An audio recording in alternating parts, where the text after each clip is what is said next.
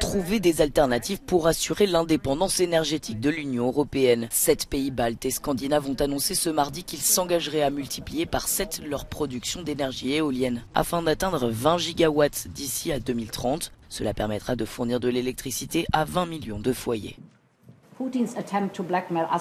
Le chantage de Vladimir Poutine sur le gaz a échoué. Nous allons accélérer la transition écologique, nous nous débarrassons de la dépendance au gaz russe et nous allons accélérer les énergies renouvelables, propres, moins chères et produites sur place.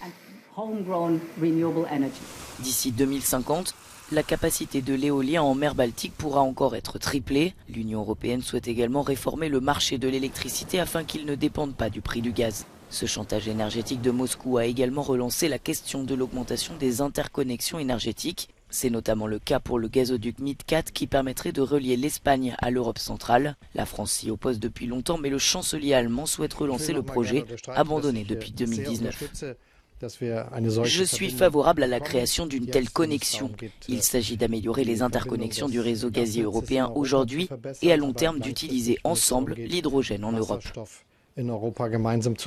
Un conseil de défense consacré à l'approvisionnement en gaz et en électricité se tiendra ce vendredi en France. Le géant Gazprom a annoncé au groupe Engie que les livraisons de gaz allaient être suspendues dès ce jeudi. Pour contrer le risque de pénurie, le gouvernement français appelle donc à la sobriété énergétique.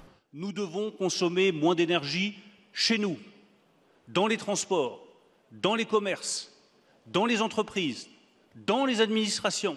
C'est un engagement collectif de réduction de la consommation d'énergie qui doit être pris.